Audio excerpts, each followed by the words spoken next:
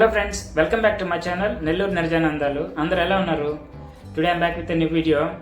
Previous వీడియోలో మనము Nelapattu bird sanctuary first part చూసాము. ఈ వీడియోలో సెకండ్ పార్ట్ని నేను మీకు ప్రజెంట్ చేయబోతున్నాను. ఫ్రెండ్స్, మనము ప్రీవియస్ వీడియోలో బర్డ్ శాంచురీ ఫస్ట్ పార్ట్లో బర్డ్ శాంచురీకి ఎలా రీచ్ అవ్వాలి, ఆ మోడ్ ఆఫ్ ట్రాన్స్పోర్ట్ ఏంటి, ఒకసారి రీచ్ అయ్యాక ఆ లోపల పరిసర ప్రాంతాల్లో ఉండే చిన్న చిన్న వ్యూ పాయింట్స్ని ఎక్స్ప్లోర్ చేశాము. ఈ వీడియోలో చాలా మెయిన్ ఇంపార్టెంట్ సెకండ్ పార్ట్లో బర్డ్ శాంచురీ అంటే బర్డ్స్ ఉండే ప్లేస్ని 5 వ్యూ పాయింట్స్గా డివైడ్ చేశారు. ఆ 5 వ్యూ పాయింట్స్ ఏంటో ఈ వీడియోలో చూద్దాం. చాలా ఇంట్రెస్టింగ్ ఉంటుంది.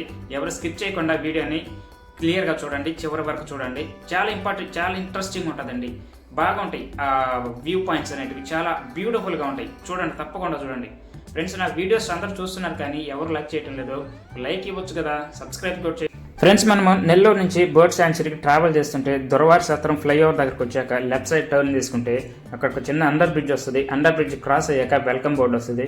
వెల్కమ్ బోర్డు దగ్గర నుంచి 500 కాదు 200 మీటర్స్ ట్రావెల్ చేశాక మనకు బర్డ్ శాంచురీ ఎంట్రన్స్ గేట్ వస్తుంది. అదే మెయిన్ ఆర్చ్. అక్కడే మనం ఆర్చ్ అన్ని చూడొచ్చు, టికెట్ కౌంటర్ అన్ని చూడొచ్చు. నెక్స్ట్ అక్కడ నుంచి ఒక 100 మీటర్స్ ట్రావెల్ చేస్తే మధ్యలో మనకు జింకాల park, next love birds cage అవన్నీ ఉంటాయి. అది దాటుకున్నాక ఎంట్రన్స్ గేట్కి వచ్చేస్తుంది. Main entrance gate parking area వచ్చి రైట్ సైడ్లో ఉంటుంది. మనం కొంచెం లోపలికి వెళ్తే అక్కడ చిన్న చిన్న బ్యూటిఫుల్ వ్యూ పాయింట్స్ ఉంటాయి. చిల్డ్రన్స్ పార్క్ కానీ అక్కడ చూడండి, ఆ నేచర్ అంతా బ్యూటిఫుల్గా ఉంటుంది. సమాచార కేంద్రం కానీ ఇవన్నీ మనం చూసుకున్నాక ఫైనల్గా మనము ఇక్కడ పర్యావరణ విజ్ఞాన కేంద్రం అని ఉంటుంది. లోపలంటే ఈ బర్డ్ శాంచురీకి తలమానికం ఇది.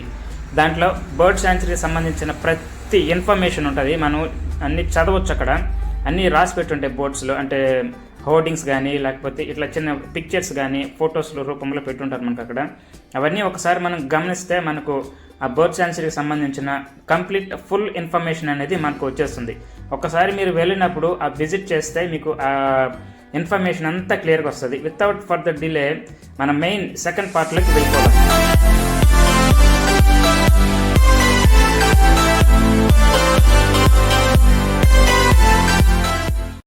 నా పేరు Syed Babu, forest beat officer, Nelapattu bird sanctuary నుంచి అండి. నేలపట్టు బర్డ్ సెంచరీ అని 1976లో ఏర్పాటు చేయడం జరిగింది.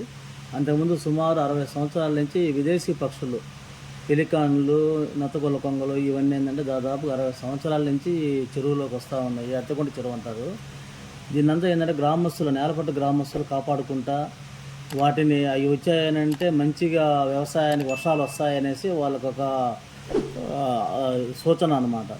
అందువల్ల ఏంటంటే అవి వచ్చాయనంటే జనాలు ఏంటంటే రైతులంతా వాళ్ళు సంతోషపడేవాళ్ళు. అదే మరి అవి వచ్చినప్పుడు కూడా వాటిని ఎవరు వేటాడకుండా వాటిని జాగ్రత్తగా కాపాడుకునేవాళ్ళు. అందులో ఏంటంటే ఆ రోజుల్లో ఏంటంటే ఈ యొక్క ఎరువులు లేని దానివల్ల అవి వేసే రెట్టల వల్ల వాటికి ఏంటంటే వ్యవసాయంలో ఎక్కువ ఉత్పత్తి రావటం వలన వాటిని ఏంటంటే వీళ్ళు దేవతా పక్షులుగా గుర్తించి వాటిని కాపాడుకుంటూ వస్తామన్నారు. వైల్డ్ లైఫ్ యాక్ట్ వచ్చిన తర్వాత 1976లో నేలపట్టుని బర్డ్ సెంచరీని ఏర్పాటు చేయడం జరిగింది. ఇది 452 హెక్టార్ల విస్తీర్ణంలో ఉంటుంది. దాదాపు ఇక్కడికి 10 రకాల పక్షులు వలస వచ్చి వెళ్తూ ఉంటాయి. వాటిలో ముఖ్యంగా మనం చెప్పుకునేది పెలికాన్ పక్షులు, గూడబాతులు అంటారు వీటిని. ఇవి ఏంటంటే నేపాల్, ఇండోనేషియా, బర్మా ఇతర దేశాల నుంచి వస్తాయి. వచ్చేస్తే ఇక్కడ అవి నెస్టింగ్ పెట్టుకొని గుడ్లు పెట్టి పిల్లలను పొదిగి వాటికి ఈత, వేటాడటం నేర్పించుకొని తీసుకొని వాటికి తిరిగి వాటి యొక్క స్వస్థలాలకి వెళ్ళిపోతాయి. అదే మాదిరిగా ప్రతి సంవత్సరం ఇవి ఏంటంటే అక్టోబర్ నుంచి ఏప్రిల్ వరకు ఇక్కడ ఉంటాయి. అంటే దీని కార్యక్రమం అంతా అక్టోబర్లో వస్తాయి. వచ్చిన తర్వాత అవి గుడ్లు పెట్టి పిల్లలు పొదిగి ఎన్ని ఏంటంటే ఏప్రిల్ ఎండింగ్ వరకు ఉంటాయి. ఏప్రిల్ ఎండింగ్కి ఇవన్నీ ఏంటంటే మళ్ళీ వెళ్ళిపోతాయి. ఈ చెరువులు కూడా ఏంటంటే వర్షాధార చెరువు అయిన దానివల్ల ఏంటంటే చెరువు కూడా ఎండిపోతూ ఉంటుంది. తర్వాత నత్తగొల్ల కొంగలు, ఓపెన్ బిల్స్, ఈ మామూలు స్పూన్ బిల్స్, తెడ్డుముక్క కొంగలు అంటాము. ఇదేంటంటే ఆస్ట్రేలియా నుంచి వస్తాయి. వీటికి కూడా ఏంటంటే చాలా చూసేదానికి చాలా అందంగా ఉంటాయి. నెత్తిన జుట్టు ఉండేసి చాలా ఎల్లో కలర్లో ఉంటాయి. ఏదైనా సరే నేలపట్టు పక్షుల రక్షిత కేంద్రం అనేది చాలా ప్రజలకి పక్షుల యొక్క ఇది కలిగిన వాళ్ళకందరికీ కూడా మంచిగా ఉంటుంది. ప్రతి ఒక్కరూ సందర్శించి దీనిని అనుభూతిని పొందగలుగుతారని ఆశిస్తున్నాం. Thank you sir. రైట్ అండి. అట్లా కట్టు ఎడిట్లు చేసేసుకోండి. ఫ్రెండ్స్, బర్డ్ శాంక్చురీకి సంబంధించిన కొన్ని ఓల్డ్ ఫొటోస్ని నేను కలెక్ట్ చేశాను. చూడండి, చాలా బ్యూటిఫుల్గా ఉంటాయి.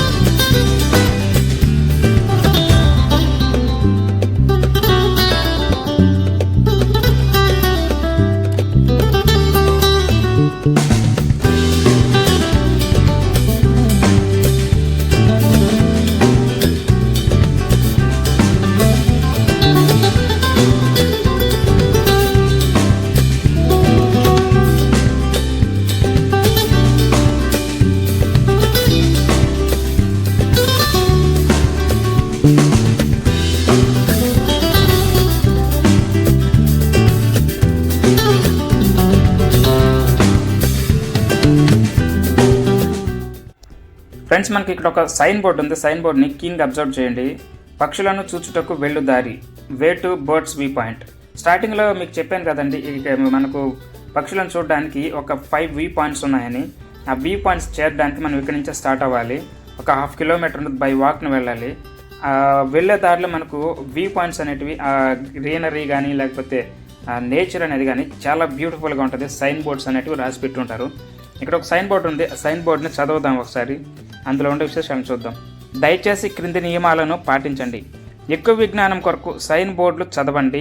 గ్రంథాలయాన్ని ఉపయోగించుకోండి. చెట్లు, పక్షులు మరియు జంతువులు జాతులను గమనించండి. పక్షులను, వాటి ప్రవర్తనలను గమనించండి. చెట్లను, పక్షులను గురించి లెటర్స్, సైన్ బోర్డులు చదివి గుర్తించండి. సైన్ బోర్డులపై ఉన్న సూచనలను, నియమాలను పాటించండి.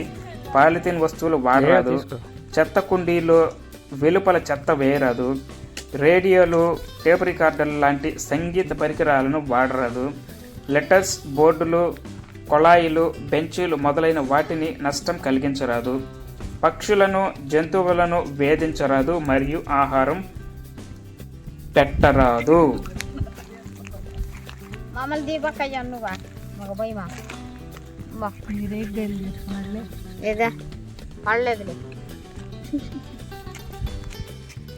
ఫ్రెండ్స్, మనకి ఇక్కడ కనిపిస్తుంది కదా, పక్షి పేరు పెలికన్, గూడబాతు.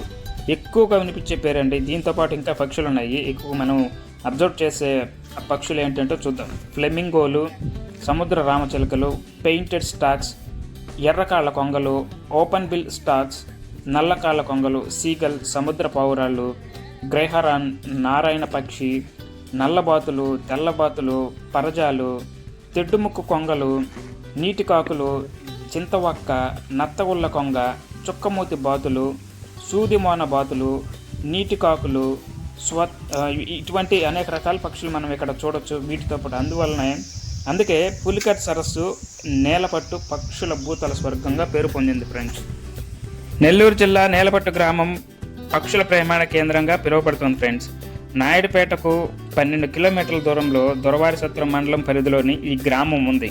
క్రమేపీ ఈ గ్రామం విదేశీ పక్షులకు కేంద్ర బిందువుగా మారింది.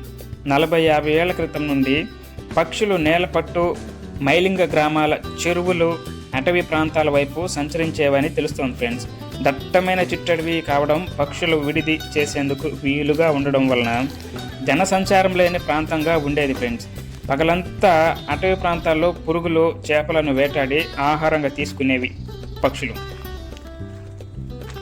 గైస్, మనకి ఇక్కడ కనిపించేదే ఫస్ట్ వ్యూ పాయింట్. పైకి వెళ్ళి చూస్తే మనకు ఆ వ్యూ పాయింట్ అనేది కనిపిస్తుంది. కానీ ఇక్కడ నుంచి మనకు పక్షులు క్లియర్గా కనిపించవు, చాలా దూరంలో కనిపిస్తాయి. మనం ఏదైనా బైనాకులర్ అదేదైనా తీసుకెళ్తే మనం పక్షుల్ని ఫస్ట్ వ్యూ పాయింట్ నుంచి దగ్గరగా చూడొచ్చు. ఒక్కసారి గమనించండి ఆ వ్యూ పాయింట్ని. పక్షులు ఏ విధంగా కనిపించి ఒకసారి మనకి అర్థమవుతుంది. పక్షులు వచ్చాయంటే ఆ సంవత్సరం వర్షాలు కురిసి పంటలు బాగా పండుతాయనేది స్థానికుల నమ్మకం. ఫ్రెండ్స్, అందుకే వీటిని దేవతా పక్షులుగా పిలుచుకుంటుంటారు, పూజిస్తూ ఉంటారు. పక్షులను వేటగాళ్ల బారి నుండి కాపాడేందుకు సూలూరుపేట, నేలపట్టులో పులికాట్ వన్యప్రాణి సంరక్షణ విభాగాన్ని ఏర్పాటు చేశారు ఫ్రెండ్స్.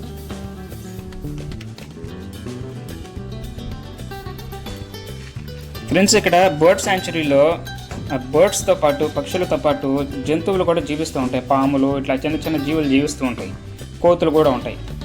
కానీ ఇక్కడ ఒక వింత జంతువు, కొత్త జంతువు కనిపిస్తుంది చూడండి, జాగ్రత్తగా గమనించండి. కనిపిస్తుంది మీకు ఆ వింత జంతువు. దాని యొక్క యాక్టింగ్, దాని యొక్క ఓవర్ యాక్షన్ ఎక్కడా రాదు, ఎవరికీ రాదు. కోతి కన్నా హీనంగా, కోతి కన్నా దరిద్రంగా చేస్తుంది చూడండి. ఒక్కసారి గమనించండి ఆ వింత జంతువుని చూడండి, దాని యాక్టింగ్ చూడండి, దాని వేషాలు చూడండి. వారు స్వామి ఎక్కడ పట్టుకొచ్చారు తెల్ల ఈ వింత జంతువు. ఏం చేస్తారండి వీళ్ళు? ఎందుకు పుడతారో కూడా తెలియదండి మనుషులు. కొంతమంది బేసిక్ సెన్స్ ఉండదు మనుషుల దగ్గర.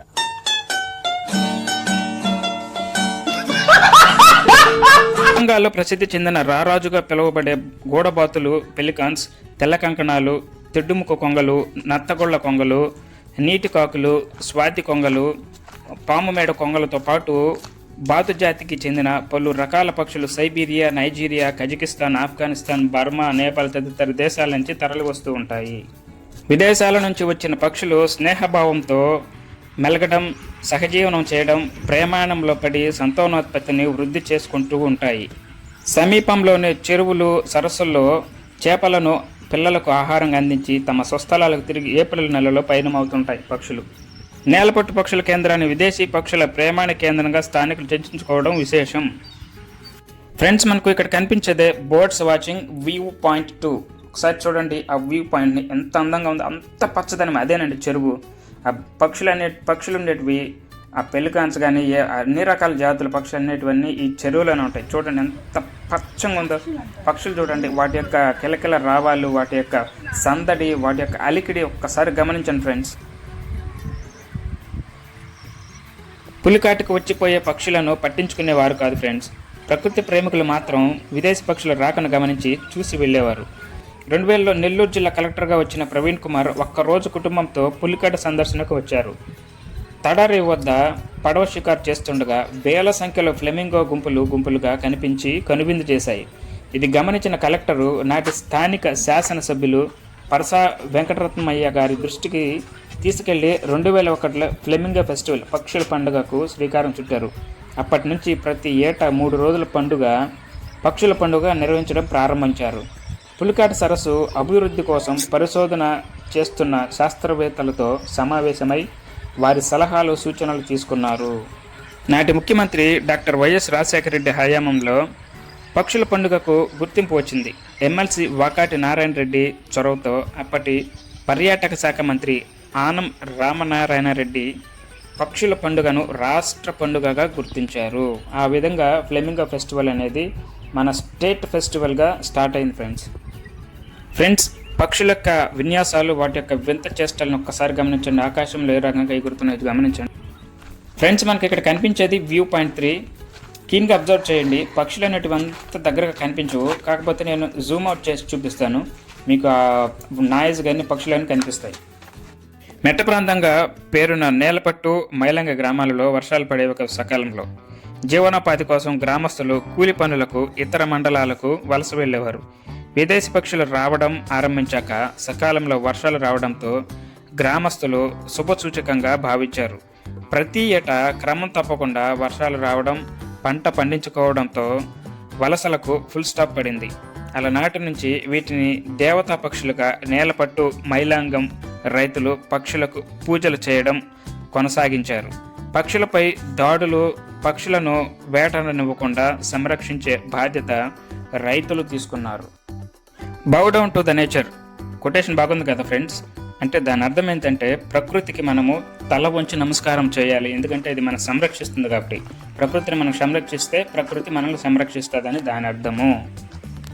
చిన్న చిన్న మొక్కలే ఓ పెద్ద వనం అవుతుంది. మనం నాటిన మొక్క మనకు నీడను, పండ్లను, ఆక్సిజన్ ఇస్తుంది. అందుకే పెద్దలు అన్నారు, వృక్షో రక్షతి రక్షితః. చెట్లను మనం రక్షిస్తే అవి మనల్ని రక్షిస్తాయి, ప్రాణవాయువును ఇస్తాయి. మానవ జీవితంలో మనం చేయవలసిన ముఖ్యమైన విధానం ప్రకృతిని పరిరక్షించడమే. అందుకే ప్రకృతి మానవుల యొక్క మిత్రుడు అని అంటారు. దాని పట్ల అర్థవంతంగా నడుచుకోవాలనే సందేశాన్ని ప్రతి వారు గ్రహించాలి. ఫ్రెండ్స్, మనకు ఇక్కడ కనిపించేది ఫైనల్ V.5 లాస్ట్ స్టేజ్. ఇక్కడ నుంచి మనకి బర్డ్సే కాకుండా అక్కడ ఉండే చుట్టుపక్కల ప్రదేశం, ఆ చెరువు కానీ సరస్సు మొత్తం కనిపిస్తుందండి. స్టార్టింగ్ ఫస్ట్ పాయింట్ నుంచి లాస్ట్ పాయింట్ 1 కిలోమీటర్ 1.5 కిలోమీటర్ వరకు మనం ఇక్కడ నుంచి క్లియర్గా చూడొచ్చు. పక్షులు ఎక్కడెక్కడ ఉన్నాయి, ఏమేమి చేస్తున్నాయి మొత్తం గమనించవచ్చు. ఆ పక్షులు గూళ్ళు కానీ నీట్గా కనిపిస్తాయి, ఎందుకంటే కొంచెం మనకు ఈ హైట్లో ఉంటుంది ఈ పాయింట్ అనేది.